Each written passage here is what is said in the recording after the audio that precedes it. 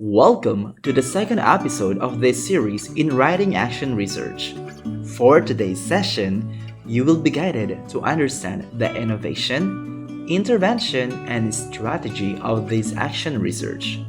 Finish this video to decode the content specified on screen.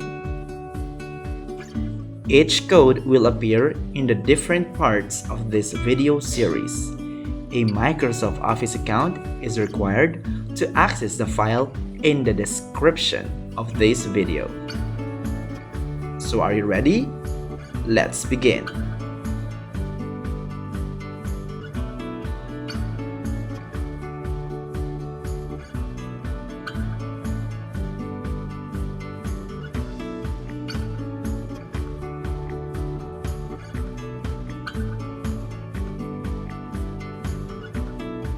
Face mask means fostering academic competence in English through Modality 8 in soft kits.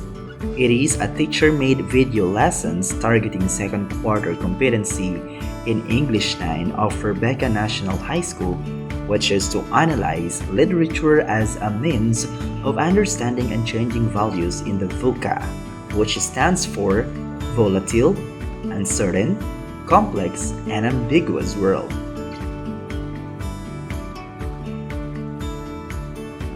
The video lessons were highly assured by the public schools district supervisors, school head, master teachers, and language teachers, conforming to the validity, reliability, acceptability, usability, contextuality, and applicability of the material. The material covered three main topics aligned in the learning activity sheets provided by the DepEd Regional Office and downloaded through the Sirib Tabanag of the SDO Cagayan Learning website. The competency was subdivided into two video sessions to cover the weeks of the calendar for the second quarter. Session 1 included introduction of the meaning of VUCA and how it was connected to learning literature.